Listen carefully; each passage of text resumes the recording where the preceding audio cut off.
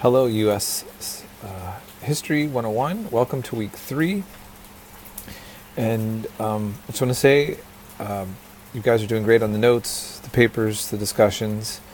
And I like seeing some of you are also debating with some of the information, and that's also something that I appreciate. Staying involved and engaged with the material, that's important.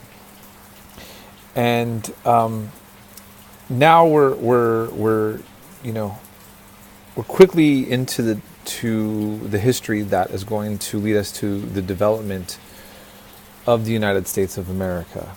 We're going right in, and so this is really important to pay attention to. And I hope you're also noticing once again, as you watch the lectures, that we are going to be talking about things that have not really been discussed. You did not discuss in high school, most likely, right?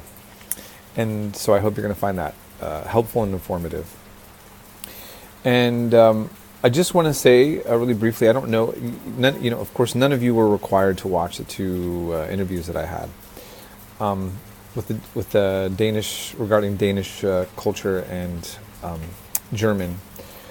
But I hope you do at least get to watch a little bit of them. I mean, right now, we're seeing elections in Europe that are taking place, and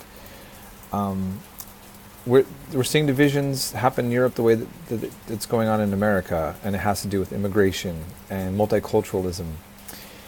And we're also seeing a rise in far right-wing parties and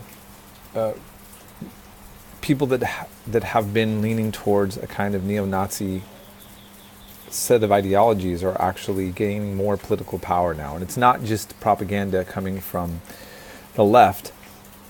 We're talking about people who openly have identified with those kind of political systems, but they realize that this is very alienating, and so they're kind of trying to reinvent themselves, so to speak.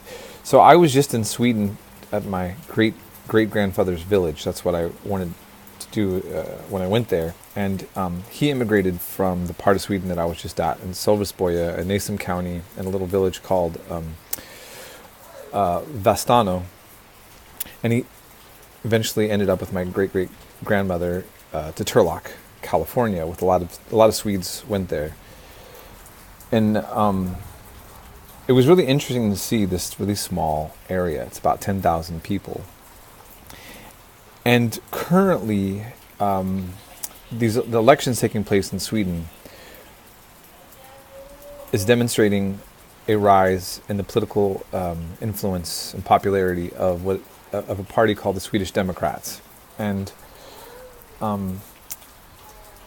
originally this party had open neo-Nazis in it, and they've now tried to clean up the party, but ultimately it's still a party based on being anti-immigrant.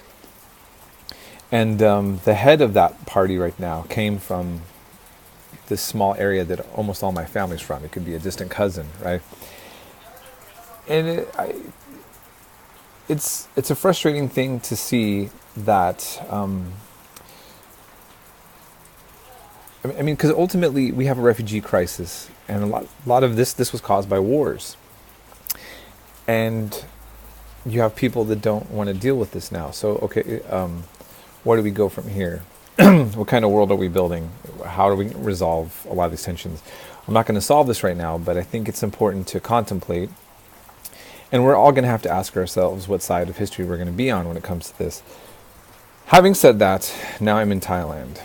And going to Europe, it was very easy to compare and contrast, or to think about America and life there. And of course, the United States is a European project, as we discussed in our first lecture. I was going to countries that my own ancestors are from, and it's relatively easy to blend in and to relate to so many things going on there. But now I'm in Thailand, right? It's a very different set of circumstances, politically, culturally, topography-wise, everything. So I'll speak more on that later as I observe more things. But I just want to say that I've been telling each of my classes in my announcements that I don't know if I made this clear, that this is the first time that I've been doing travel, had this ability. And a lot of Americans are known for not being able to, or just not traveling out in the world that much. And so what I'm hoping is as we're learning U.S. history, so important to understand our own history. I want to say this. When I first started studying another language, I didn't really understand how English worked, right? I feel like, we take language for granted. So we talk, and then you start studying another language, and then you start realizing what's different about your own language compared to another language. And that is the means in which you really understand your language. I feel like for a lot of us living in the United States, if we only see the United States, and if we're only experiencing the United States, then all we're doing is letting people on TV tell us how to compare and contrast what is going on. Or some immigrants that come here and have a story, and we like what they have to say, or we don't. And so I just want to encourage,